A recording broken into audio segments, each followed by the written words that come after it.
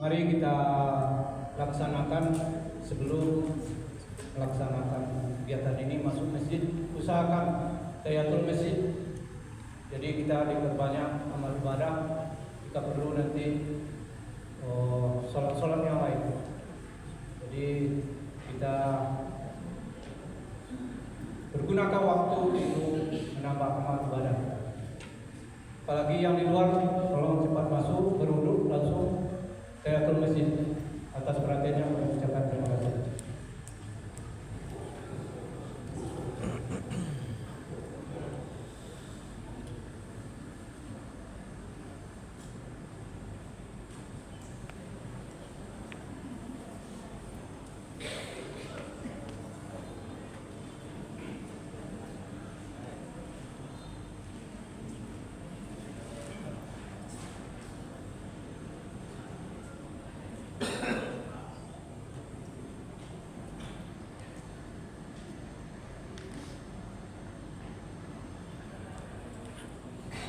Ya. Yang di masjid jihad ya, kurung ada sebelah. Iya betul enggak. Tadi malam dengan Pak Terukwe. Ayat.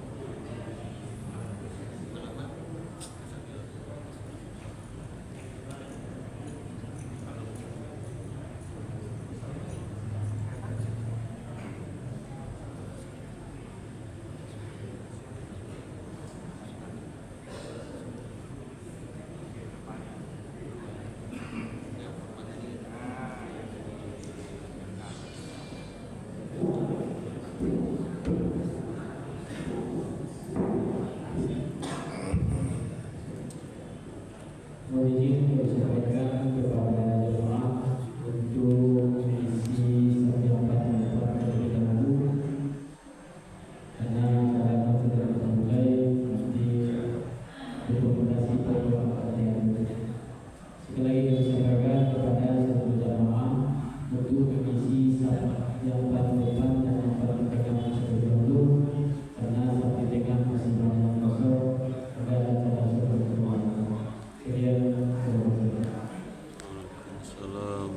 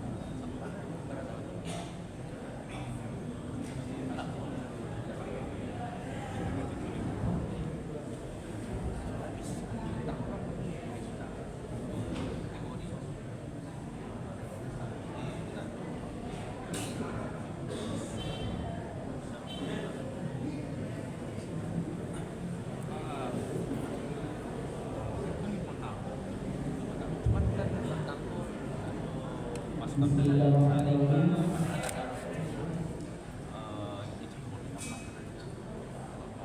Assalamualaikum warahmatullahi wabarakatuh. Waalaikumsalam warahmatullahi wabarakatuh. Rabbi shrah li sadri wa yassir li amri wahlul 'uqdatam min lisani yafqahu qawli.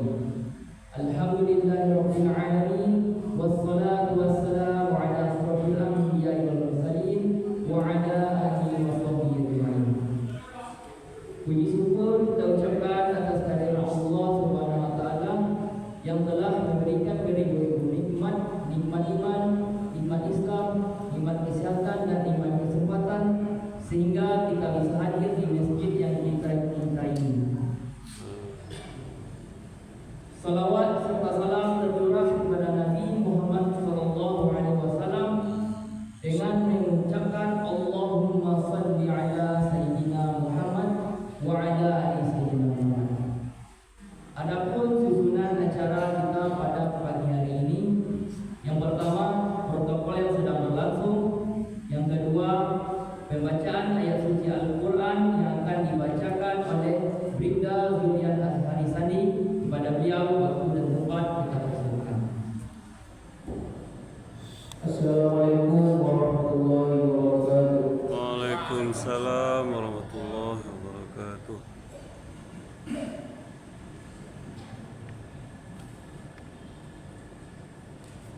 Alhamdulillah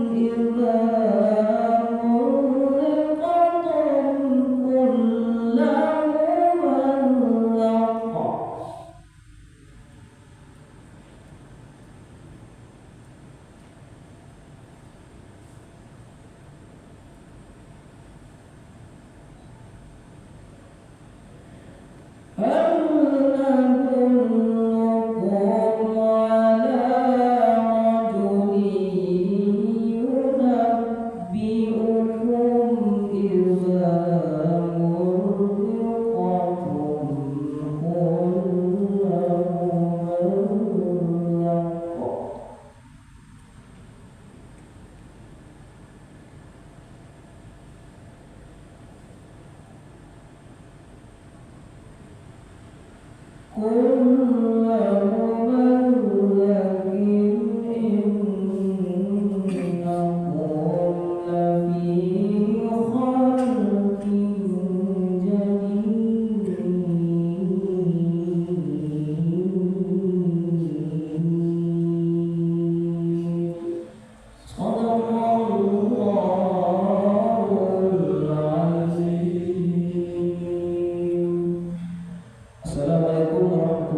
wabarakatuh. Waalaikumsalam warahmatullahi wabarakatuh. Terima kasih kita ucapkan kepada Bikda Mulyatkan Sri. Acara selanjutnya tausiah agama yang akan disampaikan oleh Ustaz Kamarul Zaman MA. Kepada beliau waktu dan tempat kami persilakan.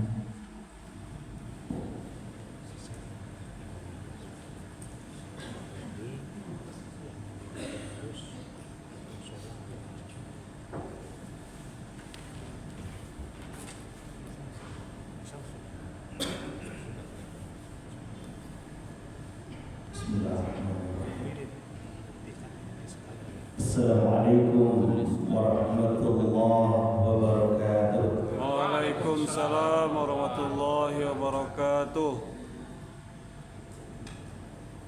Bismillah walhamdulillah alladzi alafa baina qulubina kama alafa baina qulubil muhajirin wal ansar wa asbahna bi ni'matihi ikhwana. Asyhadu an la ilaha illallah wahdahu la syarika lah wa asyhadu anna Muhammadan abduhu wa rasuluh sallallahu alaihi wasallam ala nabiyyi ba'da. Allahumma salli wa sallim ala Muhammadin wa ala alihi wa sahbihi ajma'in. Segenap pimpinan yang sangat kita hormati dan kita muliakan, bapak-bapak, ibu-ibu, abang kakak yang dirahmati dan dimuliakan oleh Allah Subhanahu wa taala. Syukur alhamdulillah kita ucapkan kehadiran Allah. Salawat dan salam semoga tetap tercurah kepada baginda Rasulullah Muhammad sallallahu alaihi wasallam. Allahumma salli ala Muhammad wa ala ali Muhammad. Bapak Ibu, Bapak Kakak yang dirahmati dan dimuliakan oleh Allah Subhanahu wa taala, pagi ini kita akan mengutip ayat terakhir yang dibaca oleh adik kita, teman kita Azhari tadi, surah Sabah ayat yang ke-7. Surah Sabah ayat yang ke-7. Bismillahirrahmanirrahim. Wa qala alladziina kafaru hal nadullukum 'ala rajulin yunabbi'ukum idza marraqtum kulla mumazzaqin innakum lafi khalqin jadid. Dan berkatalah orang-orang kafir itu, apakah kamu ingin aku tunjukkan?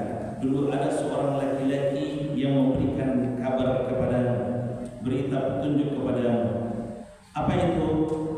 Iza muzziqtum kulla mumazzaqin, apabila tubuhmu telah hancur sehancur-hancurnya, innakum lafi khalqin jadid, kamu nanti akan dibangkitkan dalam ciptaan bentuk tubuh yang baru. Jadi ternyata Bapak Ibu, Bapak Kakak, di saat kita dimasukkan ke dalam liang lahat, dikuburkan, kemudian nanti dihancurkan, kita nanti akan dibangkitkan lagi oleh Allah Subhanahu wa taala dalam bentuk ciptaan yang baru. Dalam bentuk ciptaan yang baru itu bagaimana? Ya seperti tubuh kita lagi. Ya walaupun sudah hancur, dan kita akan melihat, mengulas kembali proses kehancuran tubuh kita itu. Jadi Bapak Ibu, di saat seseorang dimasukkan ke dalam liang lahat, lalu kemudian ditimbun oleh pengantar jenazahnya, lalu kemudian mereka akan pulang kembali ke rumah masing-masing. Kita yang berada di dalam alam kubur itu, bagaimana kondisi kita? Nanti Allah Subhanahu wa taala akan mengirim kepada kita dua makhluknya.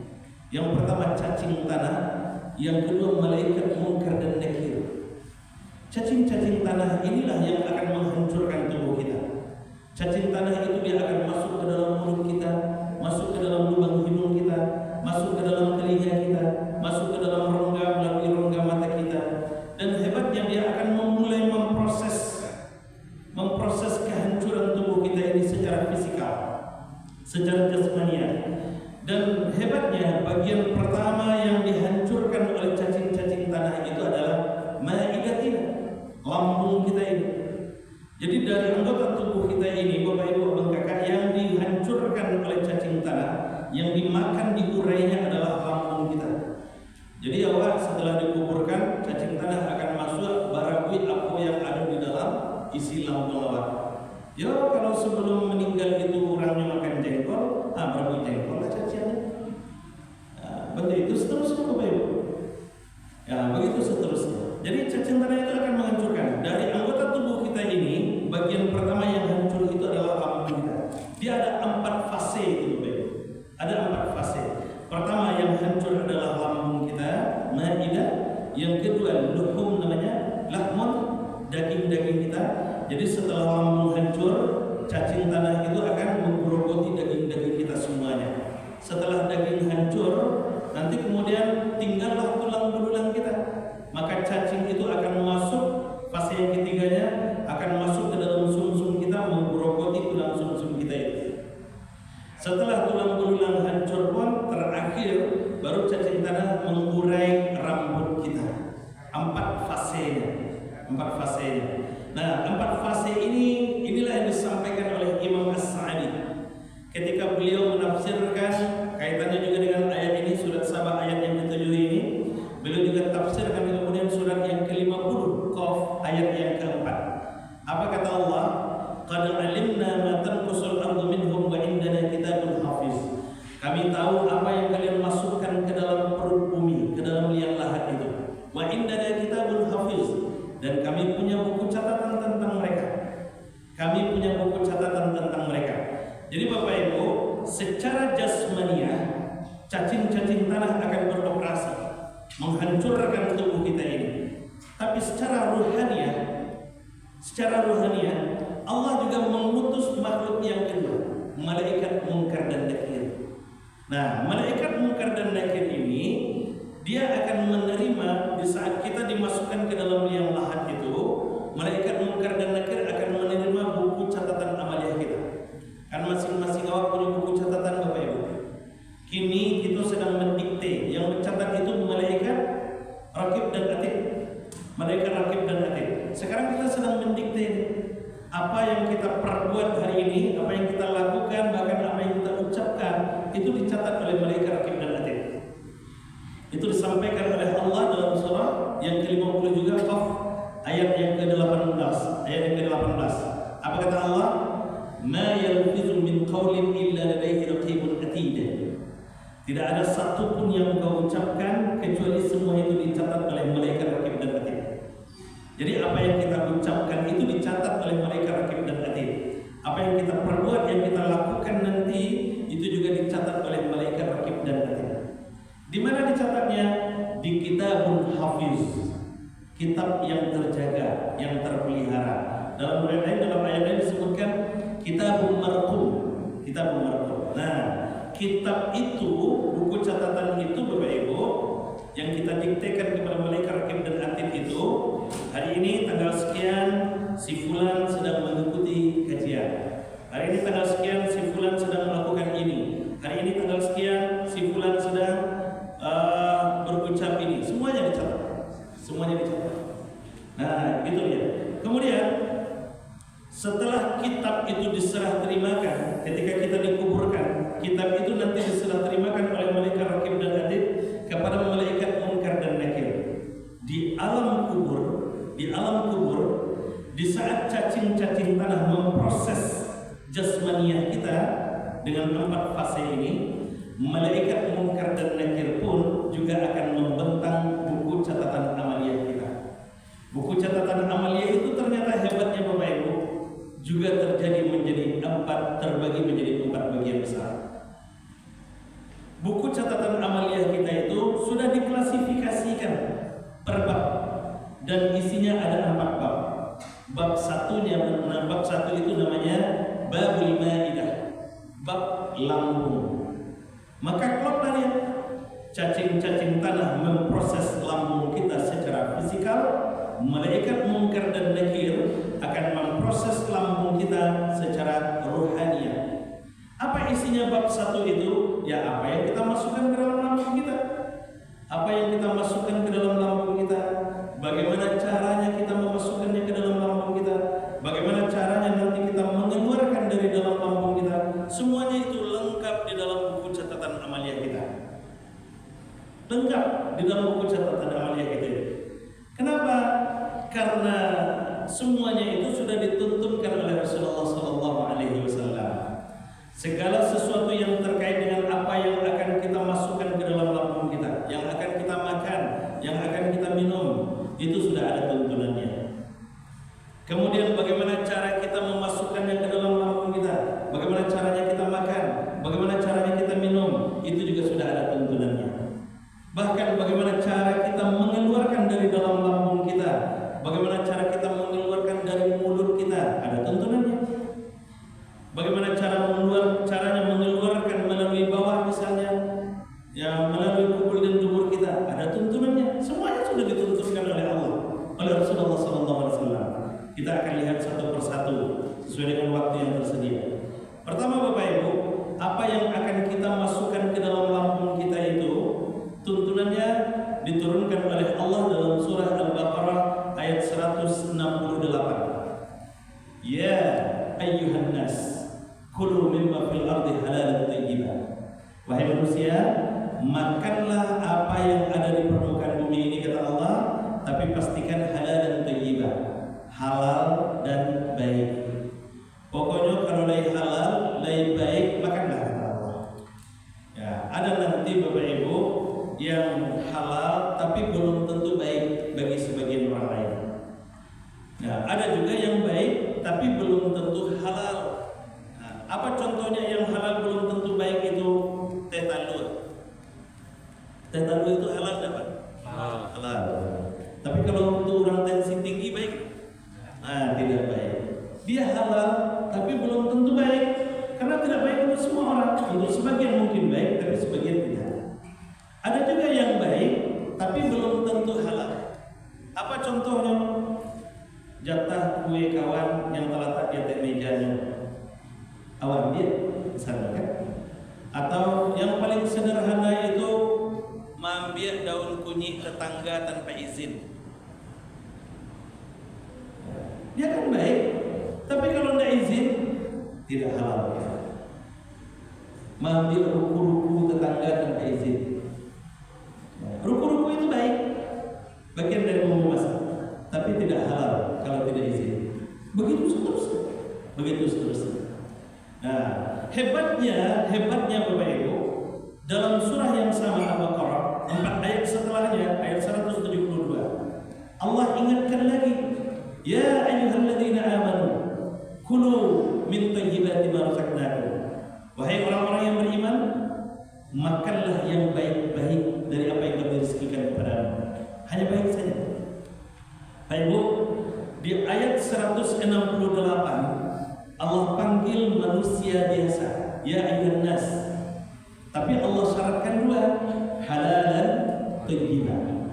Di ayat 172-nya Allah panggil orang beriman. Syaratnya hanya satu, yang baik saja. Berarti orang yang beriman tidak ada syarat halalnya, Ustaz? Tidak. Jadi orang yang beriman bebas saja? Tentu tidak.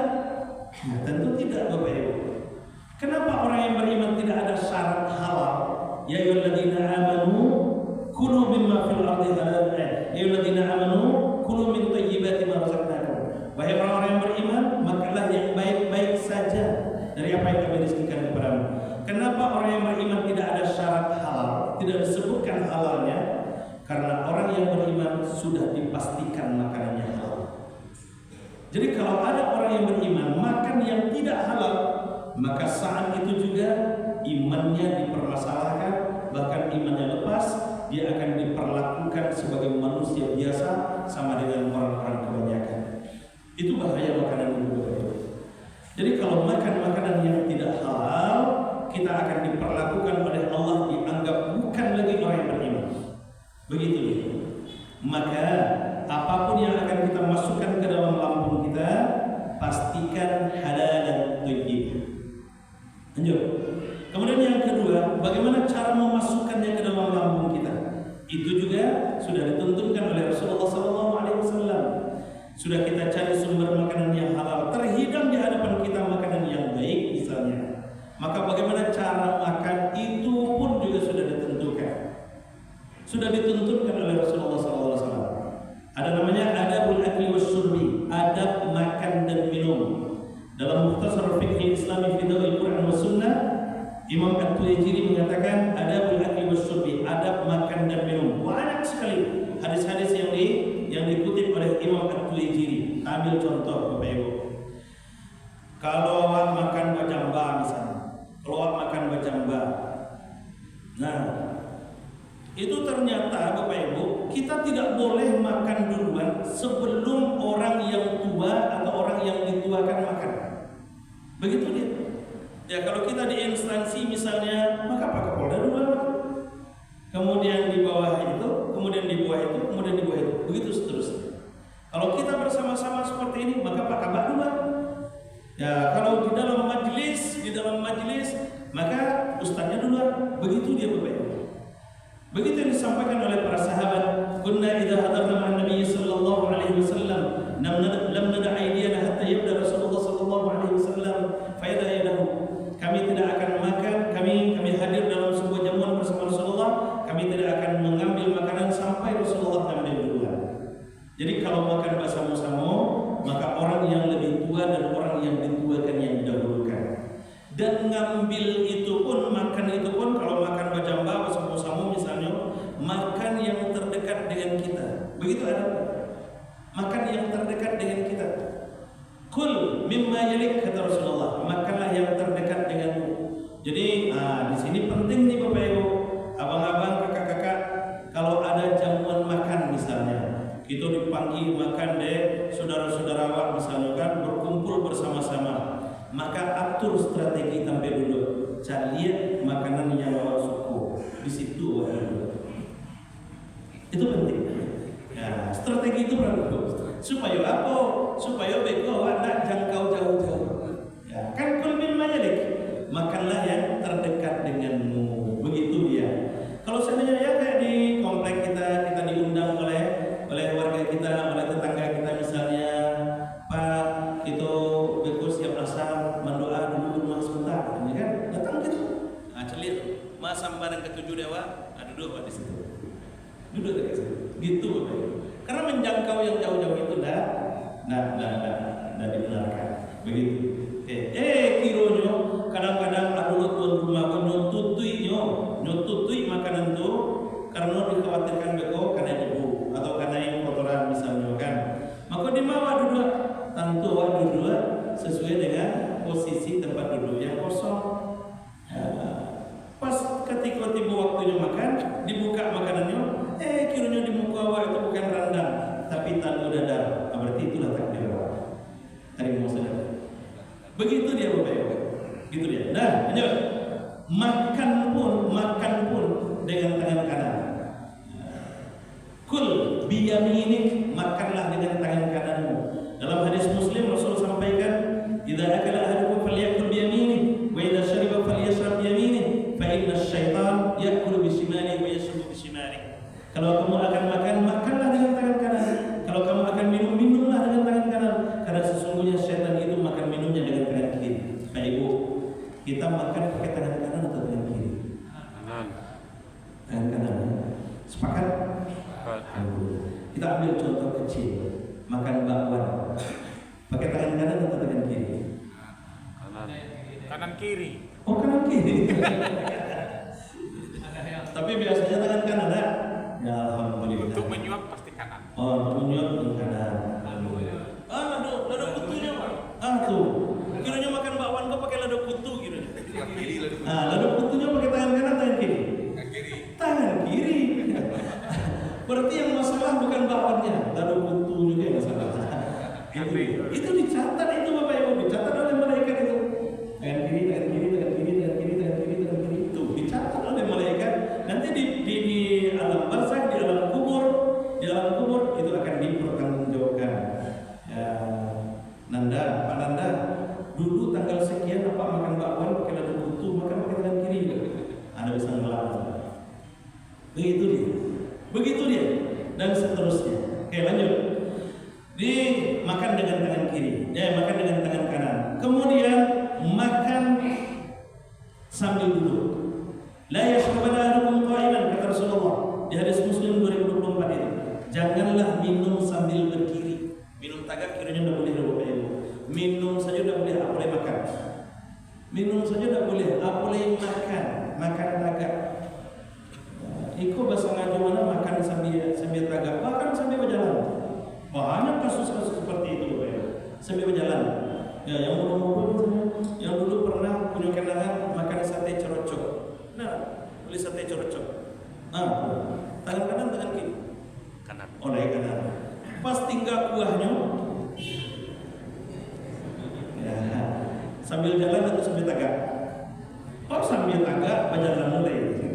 Ya, jarang yang duduk Bapak Ibu.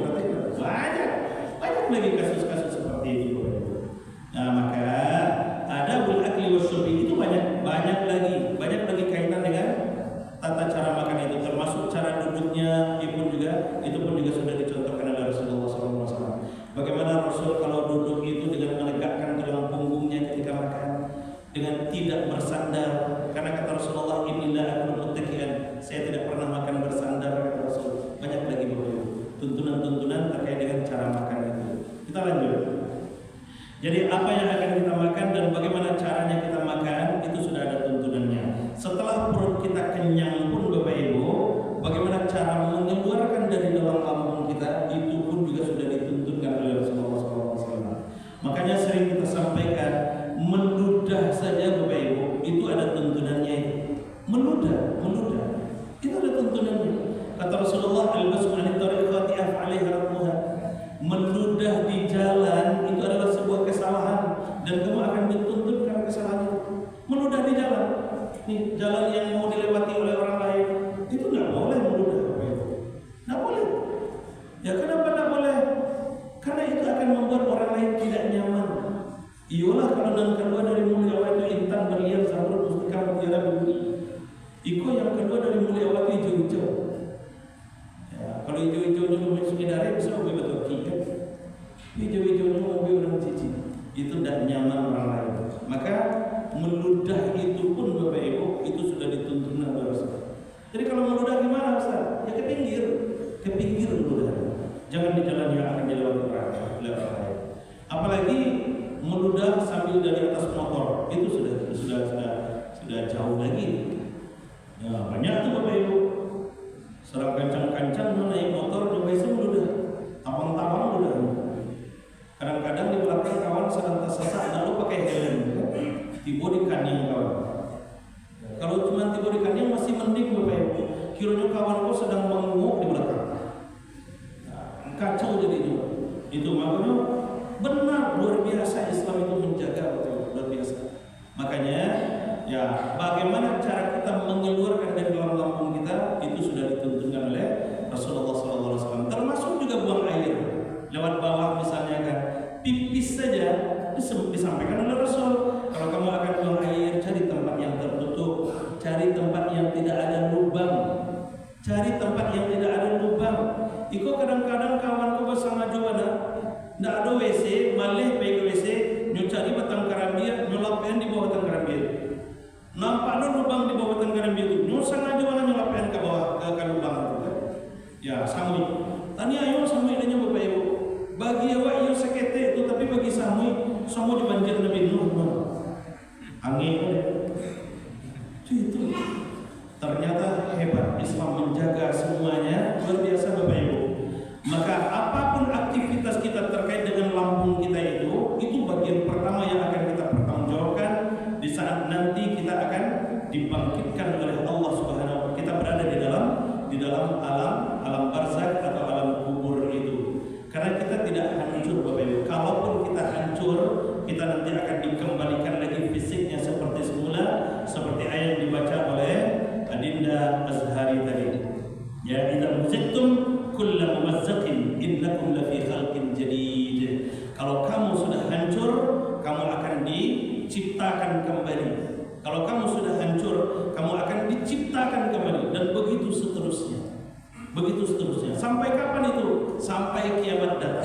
Nanti kiamat datang kita baru akan dikumpulkan di padang mahsyar untuk proses-proses berikutnya. Maka sebelum hari itu datang, mari kita perbaiki buku catatan amaliyah kita, sehingga nanti ketika di dalam alam kubur itu dibentangkan buku catatan kita oleh malaikat Munkar dan Nakir, yang muncul itu adalah catatan-catatan terbaik kita. Mohon maaf, terima kasih.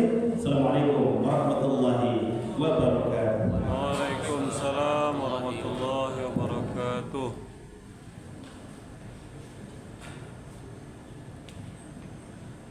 Terima kasih kita ucapkan kepada Bapak Ustaz yang telah menyampaikan tentang agama di hadapan kita bersama.